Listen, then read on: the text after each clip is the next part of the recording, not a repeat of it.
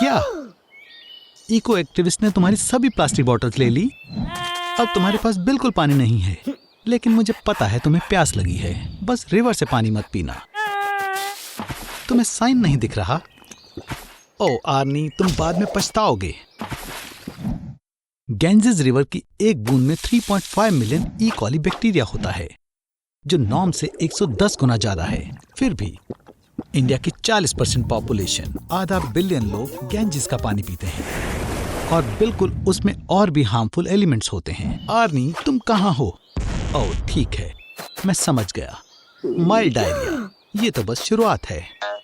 ये और स्ट्रांग हो जाएगा, और स्ट्रांग, और ये पहले से ही परेशानी है। तुम इन्वेस्ट करना होगा। तुम रिवर वाटर को प्यूरिफाई कर सकते हो। तुम रिवर वाटर को फैब्रिक से भी प्यूरिफाई कर सकते हो।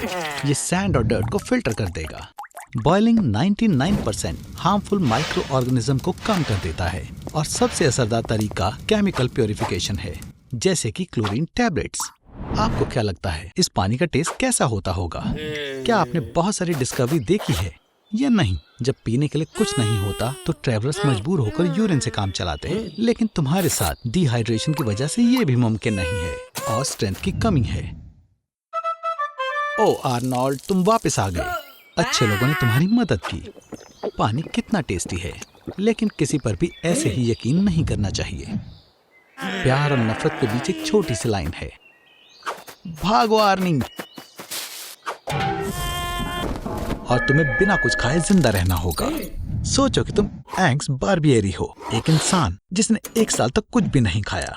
डॉक्टर्स हैरान थे क्योंकि वो एक नॉर्मल लाइफ जी रहा था और वो 40 दिन में एक बार टॉयलेट जाता था। बहुत समय तक फास्टिंग करने के बाद उसका वजन 180 पाउंड था और 275 पाउंड वजन कम हो गया था। 12 घंटे तक फास्टिंग करने के बाद तुम्हें कमजोरी महसूस हो सकती है, लेकिन एक मोटा इंसान बेहतर महसूस करता है क्योंकि उसके पास फैट टिश्यू रिजर्व होता है और इस समय तुम्हें चक्कर आ सकते हैं और मुंह से गंदी स्मेल आ सकती है। ओ आर्नोल्ड, देखो वहाँ पर पानी है। देखो आर्नी, हमें हमेशा पॉजिटिव सोचना चाहिए। फास्टिंग करने के फायदे भी हो सकते हैं। गांधी जी ने इंडिया के कास्ट सिस्टम के खिलाफ 3 हफ्ते तक फास्टिंग की थी। क्रिश्चियन बेल ने द मशीनिस्ट मूवी में अपने रोल के लिए 66 पाउंड वजन कम किया था और मेडिएवल मॉन्क्स ने भगवान की आवाज सुनने के लिए फास्ट रखा था। लेकिन तुम तो एक भी दिन नहीं टिक पाओगे। दिमाग को छोड़कर कुछ दिनों के बाद तुम्हारी बॉडी को खाने के बिना रहने की आदत हो जाएगी। इसी दौरान तुम्हारा वजन बहुत कम हो जाएगा। कमजोरी के साथ बॉडी को हमेशा खाने की जरूरत होती है, इसलिए जब खाना नहीं मिलता तो बॉडी फैट और मसल टिश्यू का इस्तेमाल करती है। इससे बॉडी में कैटोन्स बनता है जो बॉडी के लिए बहुत खतरनाक होता है। तुम्हें सर दर्द और कमजोरी महसूस हो सकती है और अगर हालात और बिगड़ जाए तो गैस्ट्रिक जूस की उल्टी होगी, कंफ्यूजन या फिर मौत भी हो सकती है और तुम्हें कुछ समझ नहीं आएगा कि तुम क्या कर रहे हो। कहाँ से शुरू करें? चलो देखते हैं। मैं तो बर्गर किंग के खास सुसाइड बर्गर की सलाह दूंगा। इसमें 4 पैटीज, 4 चीज के स्लाइसेस और बेकन है। 800 कैलोरीज हैं। और ये रहे मिकी डी के फ्रेंच फ्राइज। इसमें 19 छुपे हुए इंग्रेडिएंट्स हैं। आर्नोल्ड, खाओ। एक बर्गर पैटी में 100 काउस के पार्ट्स मिले हो सकते हैं। फास्ट फूड इंडस्ट्री के लिए 1 साल में 50 मिलियन काउस को अपनी जान गंवानी पड़ती है। क्या तुमने खा लिया? तो थोड़ा सोडा पियो। ये यहाँ पर जानबूझकर फ्री है क्योंकि इससे सब पच जाता है। गनीमत है कि तुम्हारी भूख शांत करने के लिए पहले से दुनिया के 120 देशों में 39,000 मैकडॉनल्ड्स खुले हुए हैं और यूके में फ्रेंच फ्राइज का रिसाइकल्ड ऑयल ट्रक्स में भी इस्तेमाल होता है। पिछले 20 सालों में मोटे लोगों की संख्या 3 गुना हो गई है। तुम्हें अब रुक जाना चाहिए आर्नोल्ड, क्योंकि इस तरह की डाइट के साथ तुम हर महीने अपना वजन 10% बढ़ा लोगे और इसकी वजह से आर्नोल्ड अब रुक भी जाओ। अब तुम्हें टाइप 2 डायबिटीज है। तुम डिप्रेस हो और तुम्हारी नसों में चर्बी जम गई है और इससे तुम्हें आसानी से हार्ट अटैक आ सकता है। फास्ट फूड में बहुत ज्यादा कैलोरी होती है और इसमें विटामिन और मिनरल्स नहीं होते। मेरी बात मानो, तुम्हें घर का बना हेल्दी खाना खाने की जरूरत है, वरना तुम बड़ी परेशानी में पड़ जाओगे। ये हुई ना बात। अच्छा किया आर्नोल्ड। क्यों ना मैं आज तुम्हारे घर डिनर पर आऊं? तो तुमने सोचा है कि तुम सिर्फ स्पाइसी फूड ही खाओगे, अपने पसंदीदा सुपर हीरो की तरह, ब्लेजिंग सर्फर। उसके लिए तुम बहुत अच्छा काम कर रहे हो। बहुत ज्यादा spicy peppers, mega spicy wasabi chips, KFC wings. ओ आर्नोल्ड, काश तुम ध्यान रखते। कैप्सेसिन हर प्रोडक्ट की स्पाइसीनेस के लिए जिम्मेदार है। ये टेस्ट रिसेप्टर्स को अफेक्ट करते हैं, जिससे बर्निंग सेंसेशन होती है। ये एड्रेनालाइन को बिगाड़ता है, हार्ट बीट को बढ़ाता है और बॉडी टेम्परेचर को बढ़ाता है। स्पाइसी फूड भूख को जल्दी शांत करता है और एनर्जी एक्सपेंडिचर को बढ़ाता है, जिससे वजन कम होता है। लेकिन बहुत ज्यादा स्पाइसी फूड खाने से गैस्ट्राइटिस हो सकती है, जिसे इंडाइजेशन कहते हैं, जिसे लगातार खाने से स्पाइसीनेस की सेंसेशन कम हो जाती है। आर्नी, ये तुम्हारा मौका है। चिली ईटिंग कॉन्टेस्ट हो रहा है और ब्लेजिंग सर्फर भी वहां होगा। तो आर्नी, तुम्हारे कॉम्पिटिटर्स हैं मैक्सिकन और खुद डेविल भी। और तुम आर्नोल्ड, दुनिया की सबसे स्पाइसी चिली कैरोलिना रैपर खाने वाले हो। भगवान तुम पर दया करे। स्पाइसी फूड से स्टमक डिसीज नहीं होती है। इसकी वजह नुकसानदेह बैक्टीरिया होते हैं, जो बॉडी में रॉ फूड के साथ चले जाते हैं। अगर इलनेस ठीक नहीं हो रही तो स्पाइसी फूड बैक्टीरिया को फैलने से रोक भी सकता है। लेकिन याद रहे, स्पाइसी फूड खाने से जलन होगी तो उसे खाना बंद कर दें। मुस्कुराते रहो आर्नोल्ड। खैर, स्पाइसी फूड हैप्पी हार्मोन्स को बढ़ाने में मदद करता है। पेपर के कांटेक्ट में आने के बाद किसी भी हाल में अपनी आंखों को मत छूना। इससे तुम्हारी म्यूकस मेम्ब्रेन में जलन हो सकती है। और इसे पानी से धोने की गलती बिल्कुल मत करना, क्योंकि इससे बर्निंग सेंसेशन और बढ़ जाती है। मिल्क इसमें मदद करेगा। सिट्रिक एसिड, जो मिल्क, लेमन और ऑरेंज में होता है, वो कैसेनिन को निकालता है और उससे आराम मिलेगा। चलो भी आर्नोल्ड, तुम कर सकते हो। तुम्हारा आइडियल तुम्हें देख रहा है। बस इतना ही।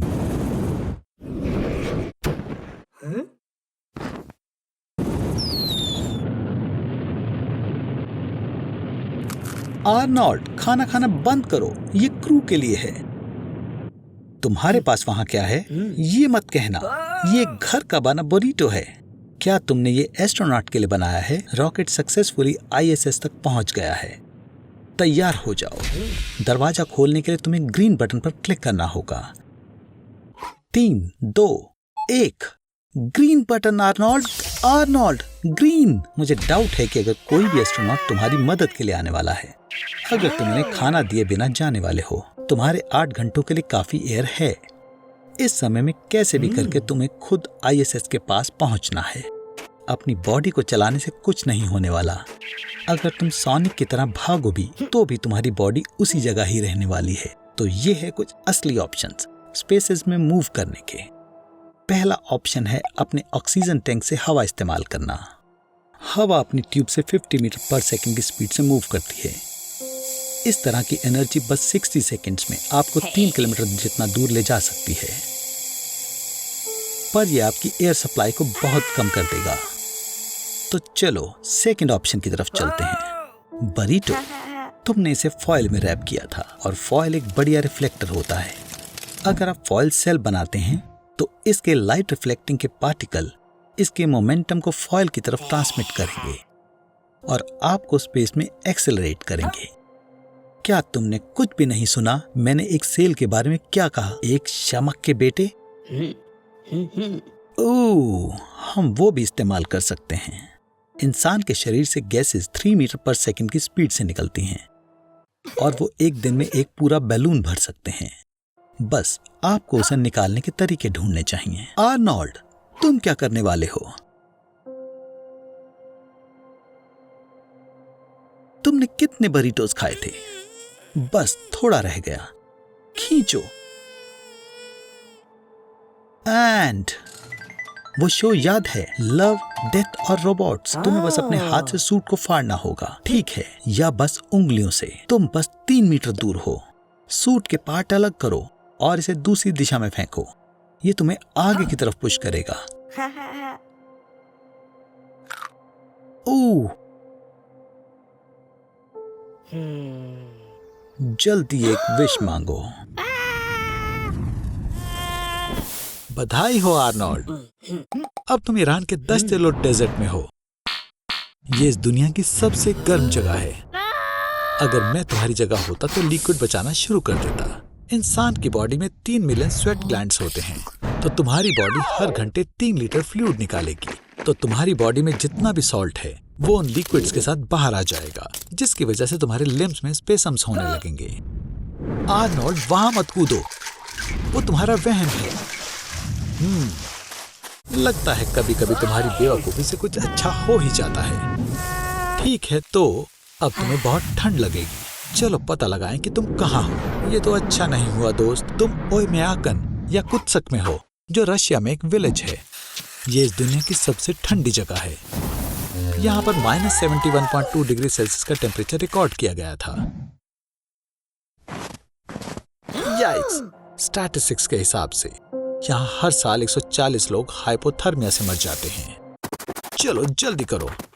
इंसान की बॉडी का टेम्परेचर 36.6 डिग्री सेल्सियस होता है, पर इतनी ठंड में वो कम हो जाएगा। और कैसे?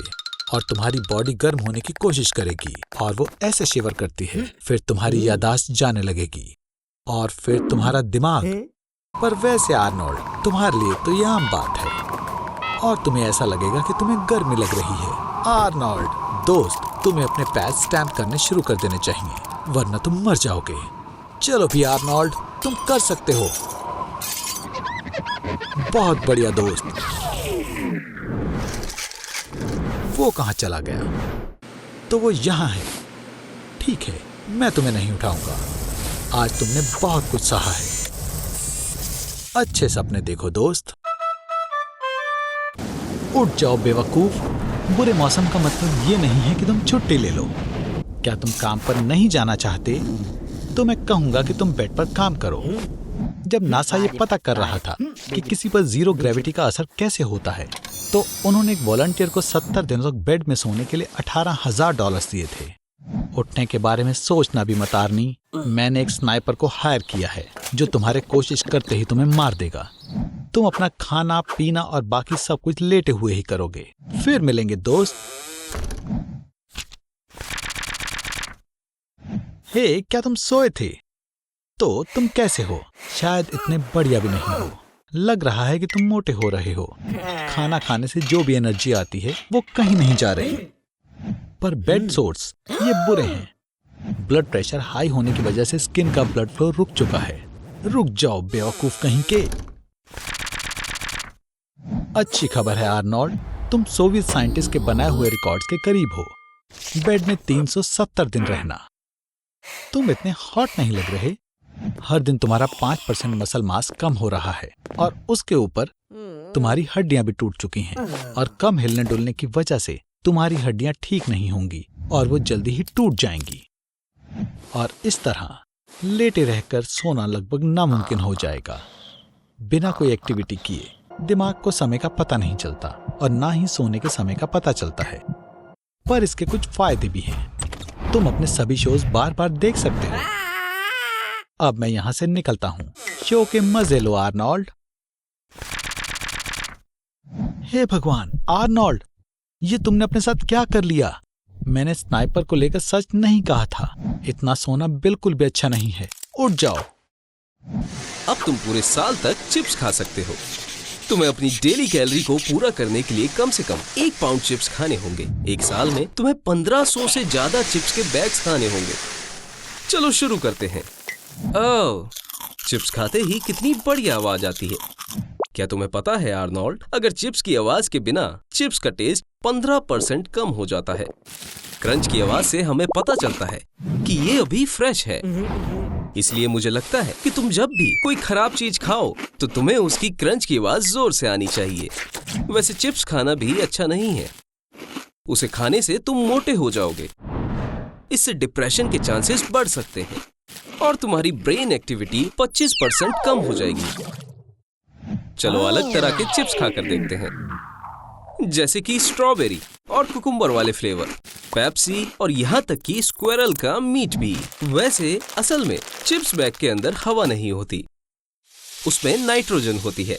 उसे बैग में भर देते हैं, इसलिए चिप्स टूटते नहीं हैं और इसीलिए ऑक्सीजन चिप्स के ऑयल के साथ रिएक्ट नहीं करते। ऐसे ही वो 3 महीने से ज्यादा फ्रेश और क्रिस्पी रहते हैं। तुम्हें कमजोरी महसूस हो रही है, क्या तुम ठीक हो दोस्त? चलो मैं तुम्हें बताता हूँ कि आगे क्या होगा। तुम्हें विटामिन बी की कमी हो जाएगी, जिससे तुम गंजे हो जाओगे, तुम्हें दिखना बंद हो जाएगा और लीवर सिरोसिस की वजह से तुम जल्दी मर जाओगे। इतना ही नहीं, 75 और स्लाइड्स हैं। तुम्हें लगता है कि तुम पोटैटो चिप्स खा रहे हो, पर ऐसा नहीं है आर्नोल्ड। पर ये ब्रांड असलियत में चिप्स नहीं बनाती, उसमें बस 40% पोटैटो होते हैं।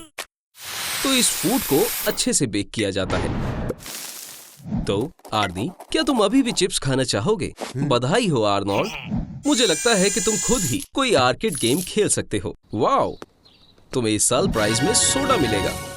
Good luck Arnold.